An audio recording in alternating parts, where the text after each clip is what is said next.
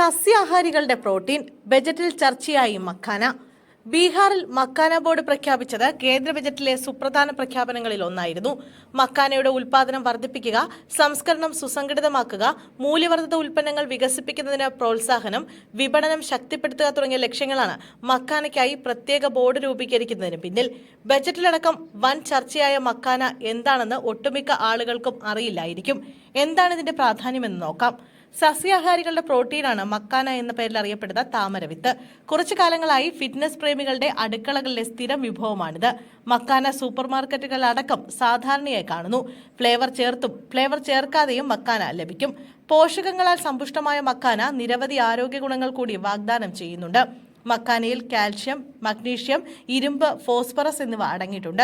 കൂടാതെ കലോറി വളരെ കുറവാണ് എന്നതാണ് ഇതിന്റെ മറ്റൊരു ഗുണം. ശരീരഭാരം കുറയ്ക്കാൻ ശ്രമിക്കുന്നവർക്ക് ധൈര്യമായി മക്കാന കഴിക്കാം. ഇതിലെ ഫൈബർ വിശപ്പ് നിയന്ത്രിക്കും. പ്രോട്ടീൻ മാത്രമല്ല, കാർബോഹൈഡ്രേറ്റ്, ഫൈബർ, പൊട്ടാസ്യം, മഗ്നീഷ്യം, ഇരുമ്പ് തുടങ്ങിയത് ധാതുക്കൾ ഇവയിൽ ധാരാളമായി അടങ്ങിയിട്ടുണ്ട്. എല്ലുകളുടെ ആരോഗ്യം മെച്ചപ്പെടുത്തുകയും പഞ്ചസാരയുടെ അളവ് നിയന്ത്രിക്കുകയും ചെയ്യുന്ന ഭക്ഷണമാണിത്. കോശങ്ങളുടെ നാശത്തിൽ നിന്നും വിട്ടുമാറാത്ത രോഗങ്ങളിൽ നിന്നും സംരക്ഷിക്കുന്ന ആന്റി ഓക്സിഡന്റുകൾ ധാരാളമായി മക്കാനയിൽ അടങ്ങിയിട്ടുണ്ട്. അതുകൊണ്ട് തന്നെ മക്കാന കഴിക്കുന്നത് നിങ്ങളുടെ യുവത്വത്തെ നിലനിർത്താൻ സഹായിക്കുന്നു. ലോകത്തിലെ മക്കാനയുടെ 90% ഉൽപ്പാദിപ്പിക്കുന്നത് ബീഹാറിലാണ്. ബീഹാറിലെ മിഥിലാഞ്ചലിലെ മധുബനിയിലാണ് മക്കാന കൃഷി തുടങ്ങിയത്.